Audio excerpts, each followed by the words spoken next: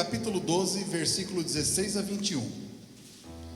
Então lhes contou esta parábola: a terra de certo homem rico produziu muito bem. Ele pensou consigo mesmo: o que vou fazer, não tendo onde armazenar a minha colheita? Então disse: já sei o que vou fazer. Vou derrubar os meus celeiros e construir outros maiores, e ali guardarei toda a minha safra e todos os meus bens. E direi a mim mesmo: você tem grande quantidade de bens armazenados para muitos anos. Descanse, coma, beba e alegre-se. Contudo, Deus lhe disse: insensato, esta mesma noite a sua vida será exigida. Então, quem ficará com o que você preparou? Em outras traduções está louco. Assim acontece com quem guarda para si riquezas, mas não é rico para com Deus. Hoje nós vamos ter a oportunidade de sermos recebedores e aprendermos, de acordo com a palavra de Deus, a desconstruirmos uma vida baseada exclusivamente no materialismo. E nós vamos entender também que a nossa vida, ela está dividida, mas concomitante, ela anda concomitante, na verdade, a duas dimensões. A primeira dimensão é uma dimensão temporal. Essa dimensão temporal é aqui, essa dimensão que nós estamos vivendo neste exato momento. É aquela que passa, por isso que é temporal. É aquela que muitos já estiveram nessa terra e já partiram, e nós estamos vivendo o nosso momento aqui, até que Deus venha nos chamar. Então por isso que ela é temporal.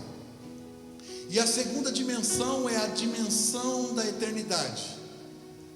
A dimensão da eternidade é aquela que antes de nós sermos, ela já era. Enquanto nós somos alguma coisa aqui nesta terra, ela continua sendo. E mesmo quando nós não estivermos mais aqui, ela sempre será. Ou seja, Deus, Ele é aquele de antes, de hoje, para todo sempre. É o Deus da eternidade, amém? E aí nós vamos perceber ao longo desta mensagem que muitas vezes nós nos firmamos nessa dimensão temporal, nós fazemos de tudo nessa dimensão temporal, e nós somos negligentes muitas vezes com a principal delas, que é a dimensão da eternidade.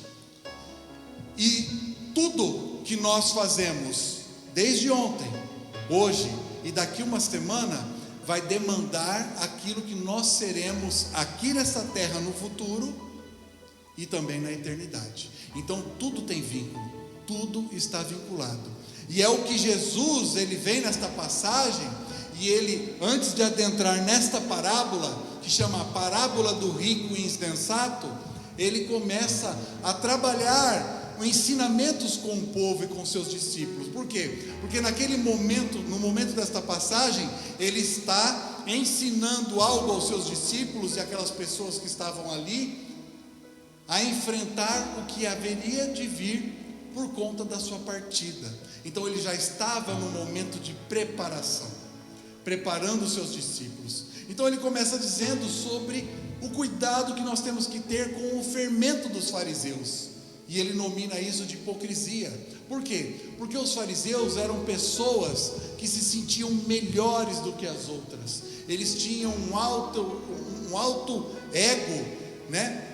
Eles se sentiam mais privilegiados, e eles simplesmente tentavam trabalhar a palavra de Deus de uma maneira falsa, mentirosa, uma maneira religiosa. E Jesus veio para desconstruir tudo isso, trazendo a verdade de Deus aqui, completando a verdade de Deus. E ele, na continuidade dos ensinamentos, ele diz assim que não há nada que não possa ser revelado por Deus, porque Deus, Ele sabe de todas as coisas. Então, por mais que as pessoas preguem a mentira, enganem os irmãos, enganem no seu dia a dia, um dia tudo será revelado, e Deus é aquele capaz de realmente revelar tudo. No entanto, nós muitas vezes vamos fazer um negócio ou alguma coisa, e aí nós temos um pressentimento, mas na verdade não é um pressentimento de sexto sentido, como dizem por aí. É o Espírito Santo conduzindo as nossas vidas para que a gente não caia na armadilha do mundo. Então já começa a ser revelado para as nossas vidas, amém? E aí, quando Jesus, ele, na continuidade dos ensinamentos, ele está dizendo aqui, quando nós conhecemos a verdade de Deus, nós não devemos nos preocupar como homens, como os fariseus, ou como aquelas pessoas que mentem, aquelas pessoas que tentam nos levar para um caminho de derrota. Por quê? Ele diz assim, que essas pessoas, elas podem até matar, até destruir uma vida, mas o poder delas, entre aspas, é condicionado só até aquele momento. Aí ele diz assim: o que vocês têm que temer é Deus, não esses homens, porque a partir daqui, quando entra no campo espiritual, ele é o detentor do poder, e ele é detentor do poder aqui também na terra. Olha só o que a palavra nos ensina, por que nós devemos temer a Deus. Lucas 12:5, ele diz assim: mas eu lhes direi a quem devem temer: temam a Deus, que tem poder de matar e lançar no inferno. Sim, a esse vocês devem temer. Então, ou seja, Jesus, ele reforça por que nós devemos ter o temor de Deus. Aqui Jesus, ele está mostrando a mão de justiça de Deus, mas na sequência ele mostra os braços de amor de Deus. Então ele diz assim, que Deus, ele não se esquece nem das criaturas pequenininhas. Imagina nós. Ele diz assim que até mesmo o cabelo, olha o cuidado de Deus conosco, que até mesmo o cabelo das nossas cabeças são contados um a um. Eu acho que ele está tendo pouco trabalho comigo, porque cada vez está caindo mais, então não está tendo muito trabalho não, mas esse é o cuidado de Deus para conosco. É um cuidado de amor. Nós somos valiosos para Deus.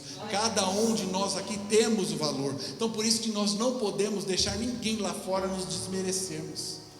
Ninguém pode desmerecer um filho de Deus, porque se Ele, que é o Criador, nos ama, quem é capaz de fazer ao contrário disso?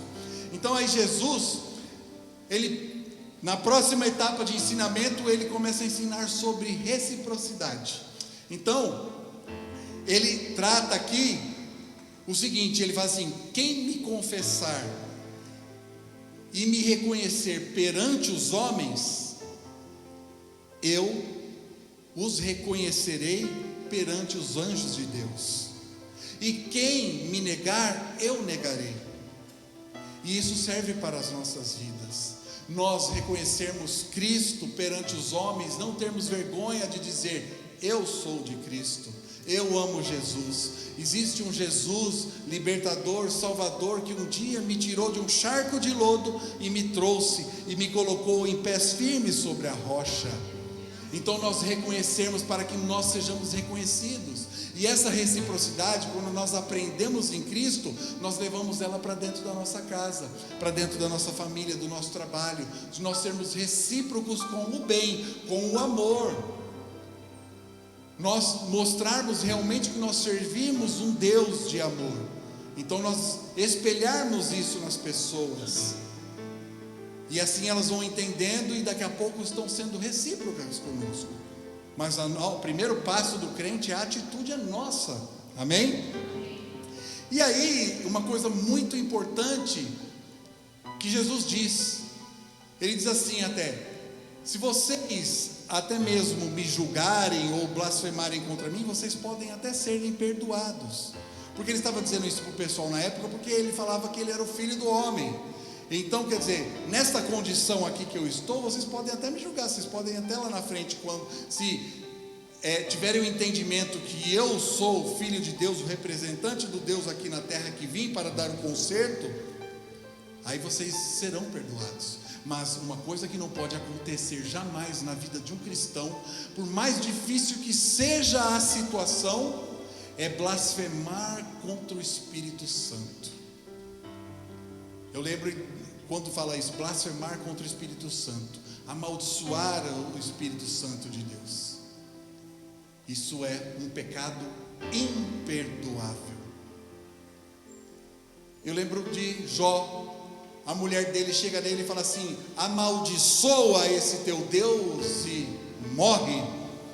Mas qual foi a postura de Jó?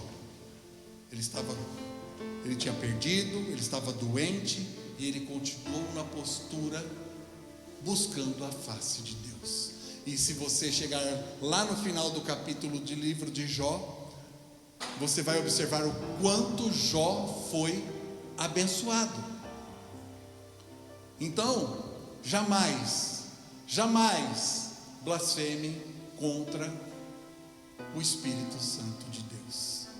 E aí Jesus estava finalizando aquele ensinamento e estava dizendo assim: se houver um julgamento, se te colocarem sobre a prova do julgamento, calma, não coloque os pés pelas mãos, não tente falar qualquer coisa, espere, porque o Espírito Santo irá te conduzir e colocar a palavra certa na tua boca. E o que isso nos ensina? Que quando nós buscamos a inspiração em Deus, através do Espírito Santo, Ele vem e conduz aquilo que nós vamos falar. Se te injuriam, não fala nada, não rebate. Se te humilharam, não rebata. Se estão te julgando, não rebata. No momento certo que você tiver que falar, você busca aquela inspiração que vem do alto. Porque através das nossas bocas, nós temos que mostrar a diferença. Porque o canal de comunicação do homem, o principal canal de comunicação do homem é a verbalização.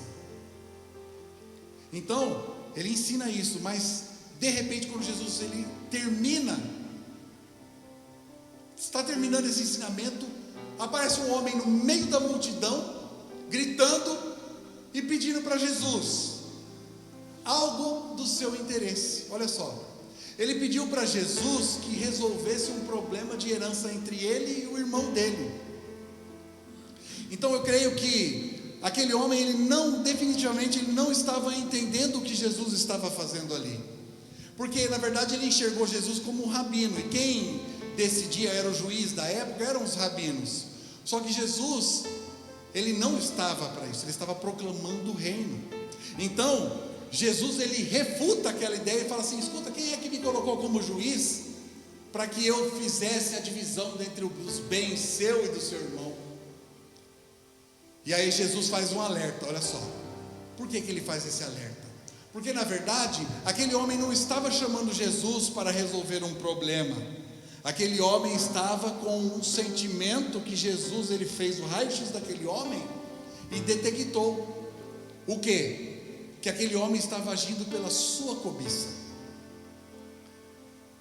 E aí ele faz um alerta àquele povo que estava ouvindo, lá em Lucas 12:15, diz assim: em seguida disse: cuidado, guardem-se de todo tipo de ganância.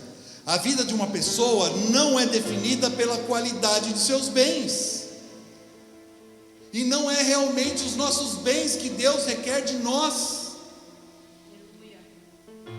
Não é o nosso diploma, não é o nosso dinheiro, não é o que a sua capacidade financeira pode comprar, não é aquilo que você tem no banco.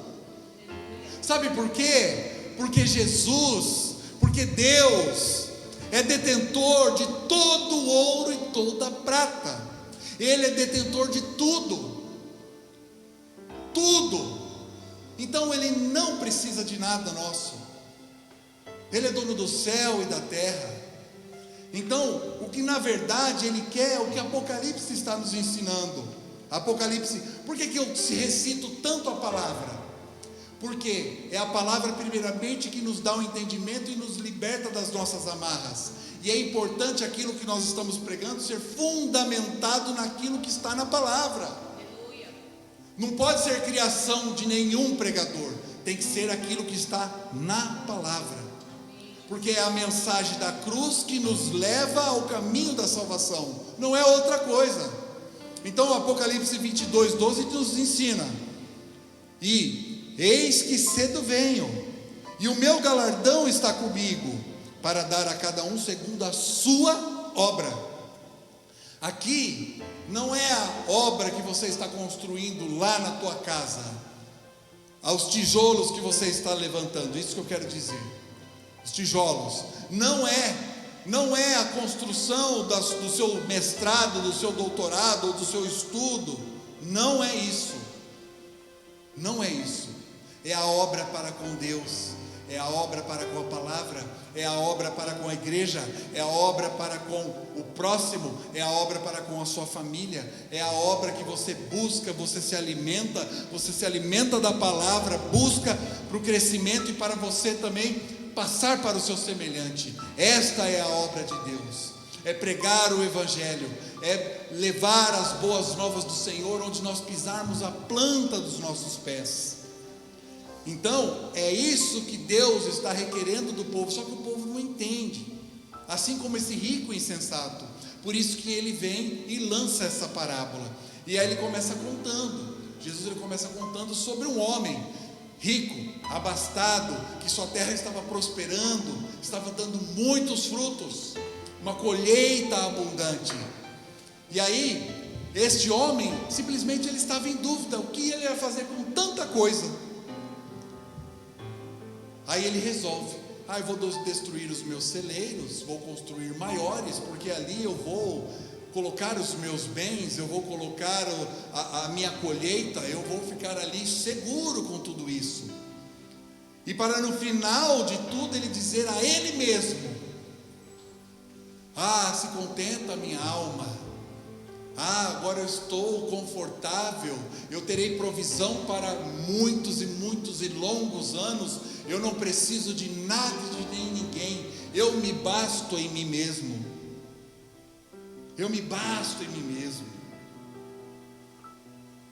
agora eu posso me deleitar na minha riqueza. E Deus vem e chama de louco, insensato. Louco, insensato, você vai morrer essa noite, e agora? Para quem vai ficar tudo isso? O que adiantou?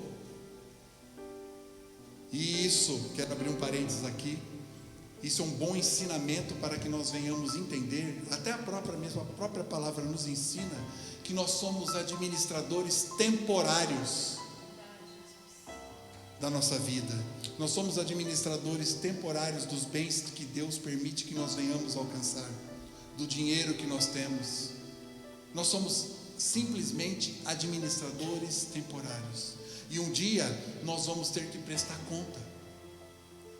conta de tudo aquilo que Deus tem nos dado, prestar conta do que fizemos com o que nós ganhamos, o que fizemos com a nossa família, o que fizemos com os nossos filhos, o que fizemos com o nosso trabalho, o que fizemos. E aí Jesus, ele vem e finaliza essa parábola, dizendo que é loucura acumular riquezas aqui nessa terra, e não ter nada com Deus. É aquilo que eu preguei aqui, tudo que nós fazemos aqui para Deus, vai sendo lançado para o alto, e ali vai sendo constituído um depósito, e esse depósito vai sendo abastecido para a dimensão temporal e para a dimensão eterna, e para também os nossos filhos, a nossa família. Então Jesus, ele não está reprimindo a riqueza material, não. Ele está simplesmente dizendo assim: a tolice do homem, que tem seu coração voltado exclusivamente para as coisas materiais. E outra lição que nós temos que ter, e nós vamos entender ao longo da mensagem, que tudo que nós somos e temos tem que de alguma maneira glorificar ao Senhor. Este homem está nos mostrando aqui que ele glorificava a si mesmo, e nós temos que glorificar em tudo ao Senhor. Recebi um aumento, uma bonificação, glória a Deus, obrigado Senhor. O que eu posso fazer também para mostrar que eu sou grato? Eu quero abençoar alguém. Eu quero levar uma cesta básica a alguém que está perecendo. Eu quero abençoar a obra. E nós vamos entender que não pode ficar só conosco. Não pode. Olha só, 1 Coríntios 10:31. Portanto, quer comais, quer bebais, ou façais outra qualquer coisa, fazei tudo para a glória de Deus. E esse homem insensato, esse rico insensato, ele estava seguro e realizado com o patrimônio dele alcançado, com tudo aquilo que ele havia construído e juntado. Só que ele não se tocou que ele poderia morrer a qualquer momento. Ele não se tocou que ele poderia ficar com uma enfermidade grave e ter que gastar toda a sua fortuna tentando se curar. E a sua vida foi requerida. E aí ele não desfrutaria de nenhum dos planos de deleite dele. Nenhum.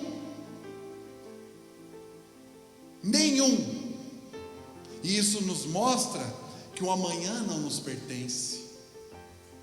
Não exercemos o controle sobre o futuro. Ah, mas ela era tão ungida, ela deixou 8 músicas, 20 livros para serem publicados, morreu. Ah, mas aquele homem era ele era tão abençoado, tudo, ele tinha tantas coisas ali pela frente, ele tinha tantos projetos, ele tinha tantas coisas ainda para fazer, morreu tão novo. Aí Tiago 4, versículos 13 a 15, ele diz assim: ouçam agora, vocês que dizem, hoje ou amanhã iremos para esta ou aquela cidade, passaremos um ano ali, faremos negócios, ganharemos dinheiro. Vocês nem sabem o que lhes acontecerá amanhã. Que é a sua vida? Vocês são como a neblina que aparece por um pouco de tempo e depois se dissipa. Ao invés disso, deveria dizer: se o Senhor quiser, viveremos e faremos isto ou aquilo. Se o Senhor quiser. Aí eu me lembro quando eu era pequenininho, quando eu era criança, e meus avós falavam: se Deus quiser, meu filho, se Deus quiser. E eles estavam cobertos de razão, porque a palavra diz: é se Deus quiser. E o grande problema deste homem aqui nesta passagem era como ele pensava, como ele agia e quais os sentimentos que o moviam. E esse é um grande mal que nós temos: como nós pensamos, como nós agimos e quais os sentimentos que nos movem. O primeiro sentimento que Jesus detectou foi a cobiça. Por quê? Porque Jesus enxergou que o interesse daquele homem era só os bens. Não estava interessado naqueles ensinamentos do reino para sobrevivermos nessa terra. É interessante que ao longo da caminhada cristã a gente observa realmente que existem muitas pessoas, o pastor falou isso esses dias aqui, que muitas pessoas vêm para buscar seus interesses próprios, estão atreladas, vinculadas, estão ali enraizadas nessa dimensão temporal, e se esquecem que existe uma eternidade a ser enfrentada ainda. E aí ela está lá: quero um carro, Senhor, eu quero um carro. Já está errado por isso, porque eu quero ser transformado, Senhor, eu quero ser modificado, Senhor, eu quero melhorar, Senhor, eu quero ser um ser humano diferente, eu quero mudar nas minhas atitudes, no meu palavreado, na condução da minha vida. Mas aí a pessoa está: eu quero um carro, Senhor. E aí, não é que o miserável recebe um carro? Aí, o que acontece? Hoje é dia de culto, irmão. Ah, não, está chovendo, pastor, vai sujar o meu carro. Aí daqui uma semana: ah, pastor, eu não fui no culto hoje, porque a gasolina está cara, né? Então eu tenho que reservar aí para trabalhar, para fazer um passeiozinho de shopping.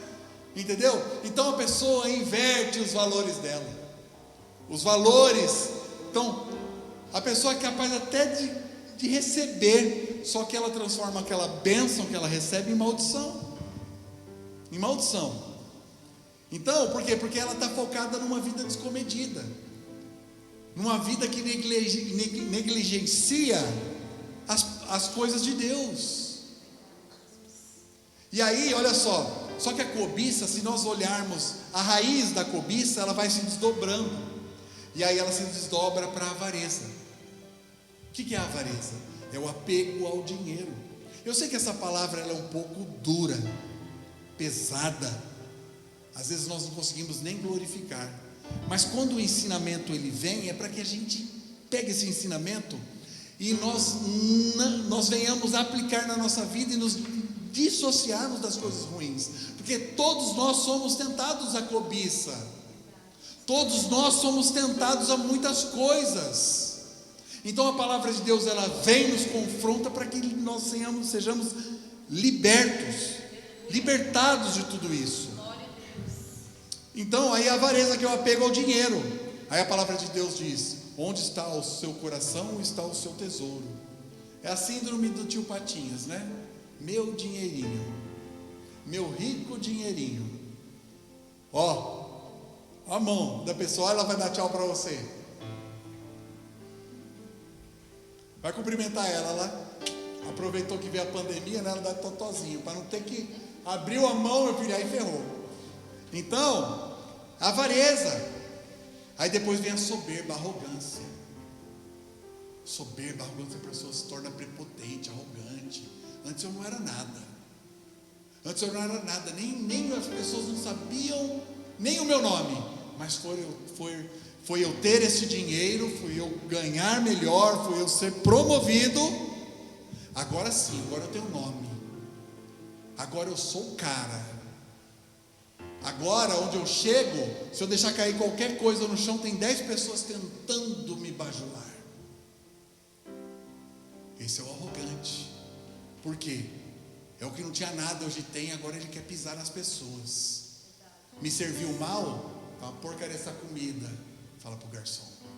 Então lixo, devolve lá, não vou pagar. A postura horrível, reprovável, lamentável. E aí a pessoa também é egoísta, mesquinha. Olha, a pessoa egoísta e mesquinha, eu tenho dificuldade de conviver. Me agride muito, mas eu oro por quem é assim. A pessoa mesquinha, ela não faz nem por ela, porque ela fica igual o tio Patinhas lá, guardando dinheirinho no banco.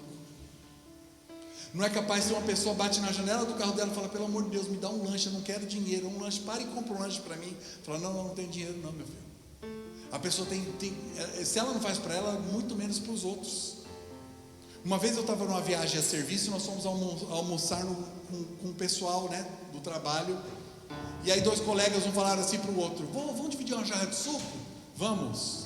Aí o colega falou assim: só que eu queria 2 pedras de gelo no copo. Aí o outro falou: não, pode colocar gelo na minha. Aí quando chegou o suco, aí esse cara que falou: pode colocar gelo à vontade na minha, ele se tocou que o outro estava com 2 pedras de gelo no copo dele. Aí esse que estava com 2 pedras de gelo foi e encheu o copo. Aí ele começou: eu já saquei a sua, na frente de todo mundo. Falou: mano, sacou o quê? O que foi? Eu já saquei a sua. Você está me enganando, quer tomar mais suco que eu, por isso você pediu 2 pedras de gelo só. O meu copo cheio de gelo aqui, mas você não me engana não. Começou a jogar o gelo, para deixar 2 copos de gelo para tomar igual. E a pessoa, esse tipo de pessoa, ela é aquela pessoa que se sente lesada a todo instante. Qualquer coisa que você faz para ela se sente lesada. Em outra, nós fizemos numa viagem também que eu fiz, nós fizemos um churrasquinho no hotel. Aí fomos comprar lá as coisas. Aí eu chego lá, o colega está lá, fazendo uns cálculos. Eu falei: o que foi? Não, com o dinheiro que eu dei, eu quero ver o quilo da linguiça e da carne, quanto eu posso comer aqui com o que eu paguei, para que ninguém coma mais nem menos que eu. Eu falei assim: meu filho, fala uma coisa, eu pago a sua parte, que vergonha, não me faz essa vergonha. Então aí a pessoa, ela faz isso. Todo mundo vai almoçar no restaurante X, ele vai lá no restaurante Y, porque ele quer pagar R$1,99 na comida. Quer comer com os cachorros. Então é muito triste quem é mesquinho e egoísta. E aí a pessoa também, a cobiça, ela se desdobra em ganância. O que simplesmente é a ganância? É a ambição que se tornou cega. Por quê? Porque quando nós ambicionamos alguma coisa, no sentido de almejarmos, é sadio para nós, porque isso alimenta os nossos sonhos. Nós focamos, falamos, não, eu quero alcançar ali. É sadio, não vou estudar, eu vou trabalhar, eu vou alcançar aquele objetivo. Então você tem que ser movido com a ambição. Você tem que ser movido por ambição, ambicionar. Só que quando a ambição ela fica doente, ela se torna ganância. Aí ela fica sem escrúpulos. Aí a pessoa puxa o tapete da outra. A pessoa passa por cima da outra. A pessoa prejudica, mente. Por quê? Porque ela se tornou uma pessoa gananciosa. Horrível. A ganância faz com que a pessoa venha mentir. E isso só, esses sentimentos que movem as pessoas, nos movem, vamos dizer assim, que tentam nos mover, nos afastam de Deus. Aí a pessoa, ela tem ausência de generosidade, caridade, amor para com o próximo. Sabe por quê? Porque ela simplesmente vai se aproximar de uma pessoa por interesse. Parece que é seu melhor amigo, parece que é unha cutícula, parece a melhor pessoa do mundo, mas quando ela conseguiu conquistar aquilo que ela necessitava, que você ia proporcionar para ela, aí quando nasce o interesse de novo, ela volta, arrumando um monte de desculpas, um monte. Mas é bom que Deus está avisando aqui para os crentes ficarem atentos. Amém. Cuidado com aquele que anda ao seu lado. Será que o propósito dele de andar ao seu lado é invejar a sua vida? Ou é sugar a sua vida? Ou atrapalhar para você não crescer, te atrapalhar? Então nós temos que analisar. É uma pessoa que comunga das coisas de Deus? É uma pessoa que ora por você, que paga preço por você? Então começa a analisar. Eu não gosto de falar assim, para de andar. Não, começa a analisar. Porque quando nós, na nossa vida, começamos a sermos espectadores, nós começamos a ver o que está de errado. E aí a gente começa a agir para que mude essa situação. Então, quem que dá esse respaldo para nós? É Deus. Deus que nos dá esse entendimento através da palavra. E aí, olha só, essa pessoa, como esse rico insensato, ela tem uma satisfação insatisfeita, um contentamento descontente. Por quê? Porque embora ele achasse que os tesouros dele iam satisfazer a sua alma, ia garantir a tranquilidade de comer, beber, alegrar-se, deleitar-se, por mais que isso, ele não percebeu que ele nunca iria se fartar, ou mesmo conseguir se deleitar de uma maneira verdadeira. Por quê? Porque ele é envolvido com um laço de escravidão. Porque ele já era um homem abastado, rico, tinha coisas, ele tinha pertences, porque ele fala assim, o que eu vou fazer com o que abundou, que está vindo agora? Eu vou colocar toda a minha riqueza, vou quebrar tudo e vou colocar toda a minha riqueza. Ou seja, ele saiu de um processo de riqueza para aumentar a sua riqueza. E assim essas pessoas que são firmadas na riqueza material, elas vão firmando a vida delas. Então elas são escravas daquilo que elas têm. Então elas acham que elas vão deleitar, que vão. E aí elas têm, concomitante a isso, tem o quê? Tem uma sensação de alívio, né? De alegria, realização. A pessoa parece igual esse aqui, agora eu vou me deleitar, agora eu estou alegre, estou feliz. Só que são sentimentos vagos, passageiros. E a pessoa, ela é tão pobre, mas tão pobre, que ela só tem o dinheiro como consolo. E aí, o que acontece? A pessoa vive num vazio. vazio de coração, vazio. E esse vazio não pode ser preenchido por ninguém. Existe uma corrente de pensamento que diz assim, que no coração do homem existe um espaço do tamanho de Deus. E esse espaço só pode ser preenchido por Deus. Por Deus. Por isso que tem pessoas que falam assim: agora sim eu sei por que eu estou me sentindo vazio, eu preciso me alegrar. Eu vou comprar um carro novo. Vou lá na concessionária, escolho um carro zero, o melhor. Quanto que é? Mas é muito caro, não tem problema, eu pago. Aí daqui 3 meses o carro está na rua, pegando poeira, tomando chuva, está todo empoeirado, a pessoa não está nem aí. Aí ela fala: não era o carro que eu estava precisando, não, eu preciso viajar, eu preciso desopilar. Aí eu vou viajar, aí viaja. Quando volta, cai na rotina novamente, e aí o que acontece? Volta aquele vazio. Aí ela fala: mas não era viagem, não era bem isso. Eu preciso de uma casa maior, um varandão, piscinão, dunas, pista de motocross, heliporto, aeroporto, tudo que tem direito. Aí o cara vai lá, paga 16 milhões numa mansão. Para ele falar com a esposa dele, ele tem que ligar no cômodo, que é 2 quilômetros de distância. Aí o que acontece? Comprou a casa maior, só que o eco aumenta, e o eco do vazio fica maior ainda, e não passa. Ou seja, não haverá descanso, proveito, satisfação completa. Somente uma coisa: escravo da riqueza, escravo do dinheiro. Existem pessoas que são ricas, que têm muito dinheiro, mas são servas do Senhor.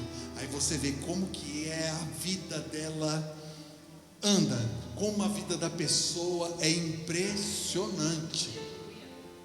Mas uma pessoa só firmada nesse lapso temporal que nós vivemos, do nascer ao morrer, é uma vida de vazio, é uma vida oca. Aí a pessoa precisa de um consolo, e normalmente é o seguinte, tá? Esse tipo de pessoa só vai atrair gente igual a ela para ela, porque não são os opostos que se atraem. É mentira isso, são os iguais. Aí ela atrai, aí um dia ela está precisando, está num luto, alguma coisa, a pessoa fala: pois é, e aquele negócio que a gente vai fazer, será que vai dar certo? O papo da pessoa é só esse, ela não tem uma palavra de consolo. Uma palavra de consolo. Mas vai falar com o ungidão, vai falar com o crente que ora, aí ele tem 10 mil palavras para você. Nem tanto, o telefone que toca no desespero é o do crente. Esse é o que toca. É a campainha da casa do crente que toca. Por quê? Porque a pessoa sabe quem tem azeite na botija. Sabe? Então, essa pessoa também, ela passa a ser movida por 2 sentimentos interligados também, que é a ingratidão e a autossuficiência. Por que ingratidão?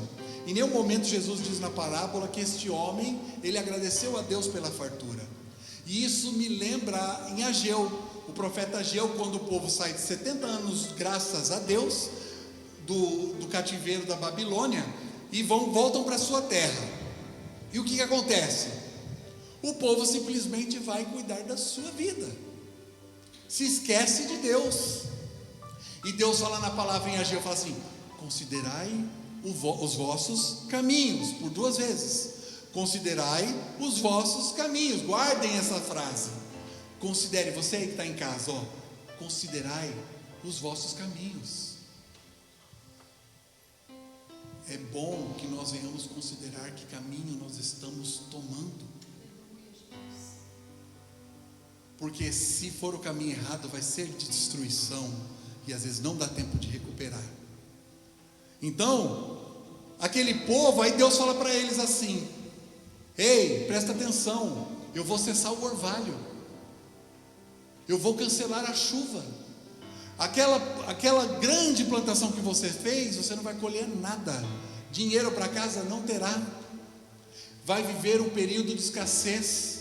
Ou seja, a autossuficiência, e a ingratidão gera o quê? Escassez.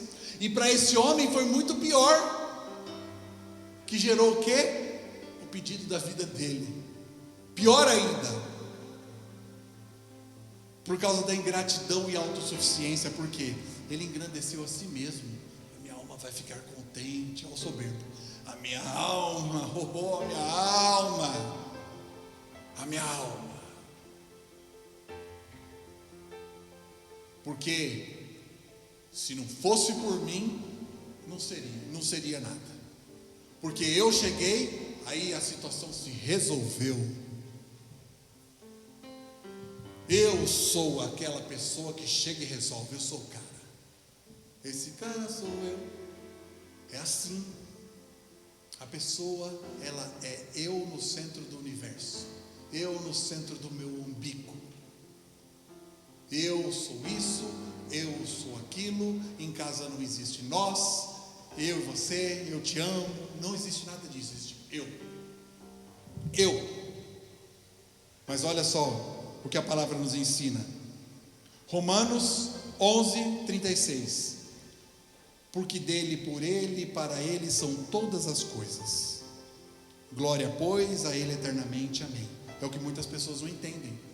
Mas tudo você dá graça, tudo você dá glória, tudo você agradece, tudo você dedica a Deus. Comprou um carro novo, veio, eu quero ungir, quero consagrar, porque se não fosse permissão de Deus, eu não teria.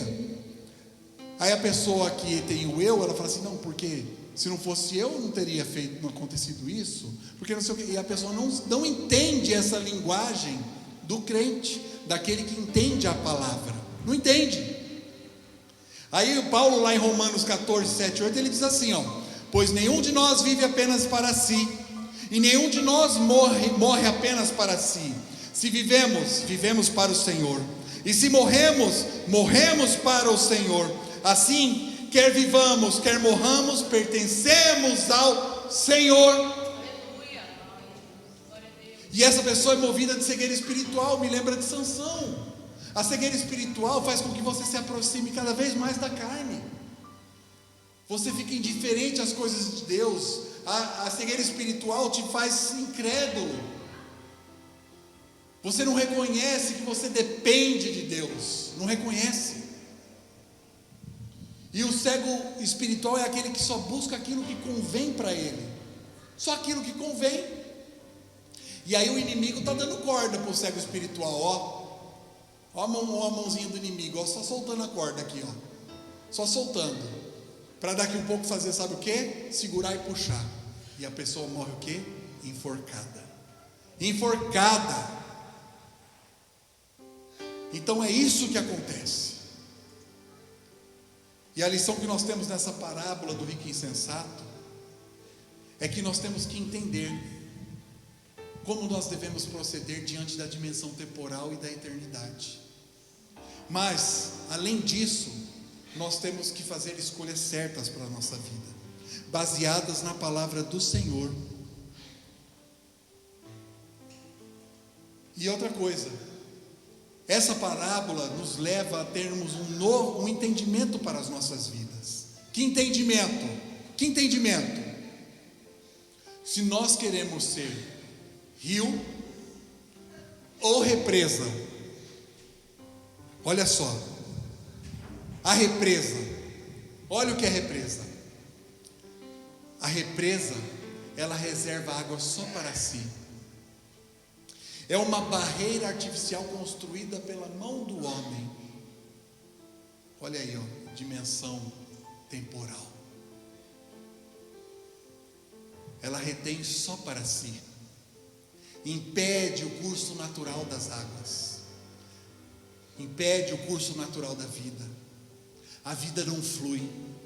Não cria novas oportunidades e não há renovação. Não há renovação. Isso é ser represa, é ser o rico e insensato. Mas quando nós tomamos a decisão, Deus fala muito em rio na palavra. Diz que há um rio que sai debaixo do trono de Deus, que alegra a cidade do Senhor. Então olha só, o rio ele tem o seu curso natural. Ele está lá nascendo, lá numa pequena nascente, com pouquinha água, e vai tomando o seu curso. Vai ganhando corpo, vai ganhando forma, vai trazendo vida, vai crescendo,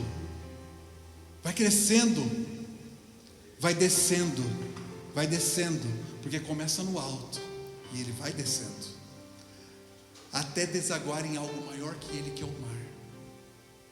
Interessante que o mar não transborda em si mesmo, é perfeito, o ciclo da vida. E o rio, ele é um canal por onde flui a fonte de vida e sacia a sede e a fome de quem o busca. Esse rio de vida é o Senhor. Esse rio de vida é Jesus. E a grande diferença de nós sermos para as nossas vidas rio e não represa é que nós só seremos completamente satisfeitos quando nós entendermos que nós precisamos de Deus, que nós precisamos da ajuda de Deus todos os dias, que quando nós reconhecermos Deus na nossa vida todo santo dia que Ele nos dá, e quando nós também fluirmos de acordo com a palavra, quando nós nos desaguarmos no próximo em amor, em caridade, em compaixão, em uma série de outros sentimentos. O amor é isso de Deus. Nós só nos realizaremos quando nós fizermos pelo nosso próximo, quando nós fizermos dentro da nossa casa. Aí sim nós vamos nós vamos preencher aquele vazio que está no nosso coração com Deus. E aí nós vamos ficar saciados, porque as demais coisas serão acessórias. Se eu tenho, amém. Se eu não tenho, amém. Posso buscar? Sim. Posso ter? Sim. Posso ser rico? Também. Desde que tudo que você faça glorifique ao Senhor. Só assim nós teremos o preenchimento verdadeiro e a nossa vida será diferente. Diferente de tudo. E aí vem, para nós encerrarmos essa mensagem, vamos fechar com chave de ouro com a palavra do Senhor. E aí vem o Salmos de número 1, e ele nos ensina: bem-aventurado o homem que tem prazer na lei do Senhor, e nela medita de dia e de noite. Pois será como a árvore plantada junto a ribeiros de águas, a qual dá o seu fruto no tempo certo, as suas folhas não cairão, e tudo quanto fizer prosperará. Aleluia, glória a Deus. Da receita, a receita está aqui. A sua vida vai ser próspera quando você fluir. Quando você fluir e quando você desaguar na imensidão do mar de Deus. Mergulha, mergulha. Não tenha preguiça de ler a palavra, mergulha. Para que ao final a sua vida glorifique a Deus e você diz assim, vai dizer assim: eu sei que o meu Redentor vive. Você que recebeu essa palavra como uma palavra de instrução na sua vida, guarda na tábua do teu coração esses preceitos. Entenda, não negligencie mais a palavra do Senhor, não negligencie a presença de Deus. Ei, quantas pessoas, se nós formos no cemitério de uma tal data, nós marcarmos, ver o tanto como aumentou as lápides, as pessoas que faleceram de tantos problemas, inclusive na pandemia, e nós somos os privilegiados de estarmos aqui em comunhão. Olha, acontece o culto, faça o maior esforço do mundo para vir, só se a coisa for muito grave mesmo. Deus está te dando as condições para você estar aqui. Não deu? é algo que realmente não tem como vir, aí você assiste online, como estão as pessoas assistindo hoje, que às vezes estão em outra cidade, estão em outro país, tem pessoas de outros países também que assistem ao nosso culto. Então isso é louvável, nós temos que respeitar essa distância. Mas você está aqui em Campo Grande, está tudo bem, por quê? Porque eu vejo assim, é uma facilidade para você sair na casa do amigo, é uma facilidade para você ir e eu vou dar um curso, eu vou fazer tal coisa, eu vou viajar, mas é uma dificuldade que te amarra e você não vem na igreja.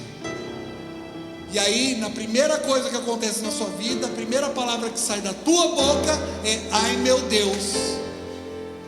E como? Como que Deus vai ouvir? Então essa palavra do rico insensato não é somente a parte financeira, um materialismo desenfreado. Muito pelo contrário, é tudo aquilo que se envolve a nossa vida material e espiritual. Então, que esta palavra hoje sirva de um ensinamento que você guarda na tábua do seu coração, enquanto você chega domingo e em terça-feira você diz: eita, hoje tem culto, hoje eu vou, amém, eu vou lá buscar para a minha vida, eu vou lá buscar transformação. Feche seus olhos no seu lugar.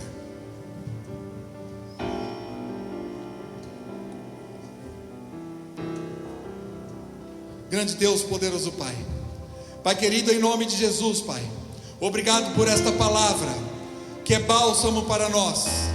Obrigado, Pai, porque a sua exortação, a sua correção faz com que nós venhamos a levantar e andarmos sobre pés firmes, Senhor. Visita todos aqueles que nos assistem nessa noite, Senhor. Visita também toda a família de quem está aqui presente. Visita a nossa consciência, a nossa postura. Nos traga o bom ânimo, Pai, de estarmos perante o Senhor. Que toda preguiça, toda obra do inimigo que nos amarra também caia por terra em nome de Jesus, para que nós venhamos alcançar as suas bênçãos, a sua prosperidade, o teu amor, a tua graça, a tua misericórdia. Que nós tenhamos um coração voltado a Ti, Senhor. Que nós venhamos pegar essas instruções que estão aqui, que Cristo nos deixou, e venhamos aplicar nas nossas vidas. Que venha o amadurecimento espiritual sobre nós, para que nós venhamos ter esse entendimento da Tua palavra, para que nós não venhamos nos apartar, porque aqui é temporal, mas nós temos que buscar a eternidade ao Teu lado, Senhor. Ensina-nos cada dia, ministra, mesmo enquanto nós estivermos dormindo, no nosso leito de repouso, ministra em nossos corações. Revela-te a nós, Senhor. Revela-te a nós em tudo que nós formos fazer, e que nós tenhamos capacidade de entender que é o Senhor que dá, é o Senhor que permite, porque não cai uma folha da árvore sem a Tua permissão. Venha sobre nós, Senhor. Trabalha no nosso ser, no mais profundo e escondido dos nossos corações. Quebra as cadeias, as correntes, aquilo que tem me oprimido, aquilo que tem nos oprimido, aquilo que tem feito com que nós venhamos, Pai, a desistir da jornada em Cristo, porque é a única jornada verdadeira que nós temos nesta vida. Que nós tenhamos essa consciência espiritual, Jesus.